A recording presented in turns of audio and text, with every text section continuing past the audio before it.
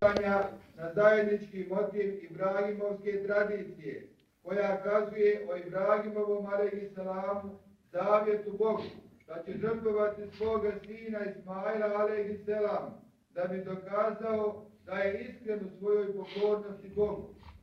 Naravno, Bogu ne treba niko i ništa, pa tako ni ljudska žrtva. Dovoljna je bila Ibrahimova namjera da pokaže pokornost stvoritelju, pa da ga stvoritelj učini slobodnim. To je poruka kurbana, da pokažemo da smo spremni na žrtvu, kako bi se oslobodili od oholosti, sebičnosti i nasilnosti. Propisujući kurban u životinji, Bog je poručio da ne želi da mu se približavamo prolijevanjem ljudske krvi.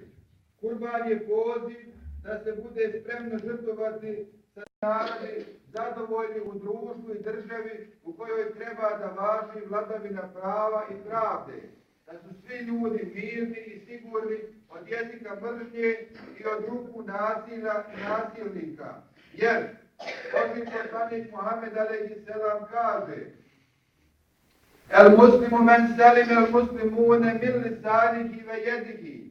Pravi musliman je onaj od čijeg su jezika i ruku ljudi mirni i sigurni. Draga i poštovana braćo, u ovim časnim danima sa ovog časnog mjesta podsjećam vas i na druge dvije obavezu istinitoga govora i obavezu jedinstva.